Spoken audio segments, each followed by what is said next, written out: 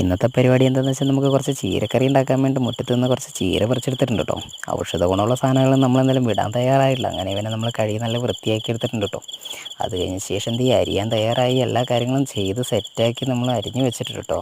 ഇനി നമ്മുടെ മുറ്റത്ത് പോയിട്ട് നമ്മൾ 2-3 മുളക് പറിച്ചെടുക്കുന്നുണ്ട് കേട്ടോ. അങ്ങനെ മുളക് പറിച്ച് നമുക്ക് ആവശ്യമായ 2-3 മുളക് നമ്മൾ എടുത്തിട്ടുണ്ട്.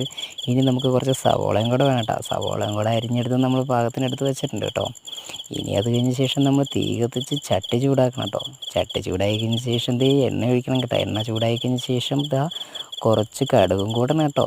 കടുക് പൊട്ടിക്കഴിഞ്ഞ ശേഷം നമ്മൾ അരിഞ്ഞു വെച്ചത് സവോളയും മുളകും കൂടി എടുത്ത് അതിനകത്തിട്ട് വഴറ്റണം കേട്ടോ. അങ്ങനെ വഴറ്റി കഴിഞ്ഞ ശേഷം നമുക്ക് വേണ്ടായ കുറച്ച് തേങ്ങയും കൂടെ നമ്മൾ ഇട്ട് കൊടുത്തിട്ടുണ്ട് കേട്ടോ. അത് ഇട്ട് കഴിഞ്ഞ ശേഷം നമുക്ക് ആവശ്യമായ മഞ്ഞൾപ്പൊടിയും കൂടി ഇട്ട് കൊടുത്തിട്ടുണ്ട് കേട്ടോ. പിന്നെ അത് കഴിഞ്ഞ ശേഷം നമുക്ക് വേണമെന്നുണ്ടെങ്കിൽ നമുക്ക് കുറച്ചും കൂടെ ഇപ്പം നമ്മുടെ ആവശ്യത്തിനായി ഉപ്പ് ഇട്ട് കൊടുക്കുക കേട്ടോ. പിന്നെ കുറച്ച് ടേസ്റ്റ് കിട്ടാൻ വേണ്ടി മുട്ടയും പൊട്ടി വെച്ചിട്ടുണ്ട് കേട്ടോ. അങ്ങനെ മുട്ടയും കൂടെ എല്ലാം കൂടെ ഇട്ട് മിക്സ് ചെയ്തതിന് ശേഷം നമ്മൾ അരിഞ്ഞ് വെച്ച ചീര എടുത്ത് നമ്മൾ ഇതിനകത്ത് ഇട്ടിട്ടുണ്ട് കേട്ടോ.